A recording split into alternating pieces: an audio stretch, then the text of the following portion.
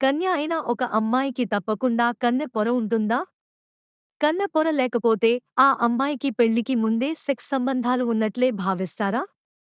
ఎందుకిలా అడుగుతున్నానంటే నేను ఇంతవరకు ఎవరితోనూ సెక్స్‌లో పాల్గొనలేదు. కానీ నాకు సెక్సువల్ ఫీలింగ్స్ ఎక్కువ. తట్టుకోలేక తరచుగా యోనిలోకి వేలుపోనిచ్చి బాగా రుద్దుకుంటాను. ఏదో చెప్పలేని మధురానుభూతి కలుగుతుంది. అలా చేయకుండా ఉండాలన్నా ఉండలేకపోతాను. ఇలా చేయడం వల్ల కన్నెపొర చిరిగిపోతుందంటారా?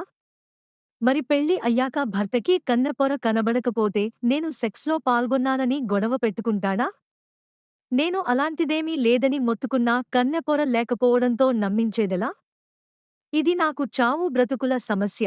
మీరే నన్ను ఆదుకోవాలి. కొందరు అమ్మాయిలకి పుట్టుకతోనే కన్నెపొర ఉండదు. మరికొందరు అమ్మాయిలకి యోని దగ్గర దురద పుట్టడంతో గోకడం వల్ల కన్నెపొర చిరిగిపోతుంది. అంతమాత్రాన సెక్స్‌లో పాల్గొన్నట్లు కాదు. ఒకవేళ సెక్సులో పాల్గొనడం వల్ల కన్నెపొర చిరిగిపోయినప్పటికీ భర్తకి ఏమాత్రం తెలియదు. మామూలు వాళ్లకి కన్నెపొర ఎలా ఉంటుందో కూడా తెలియదు.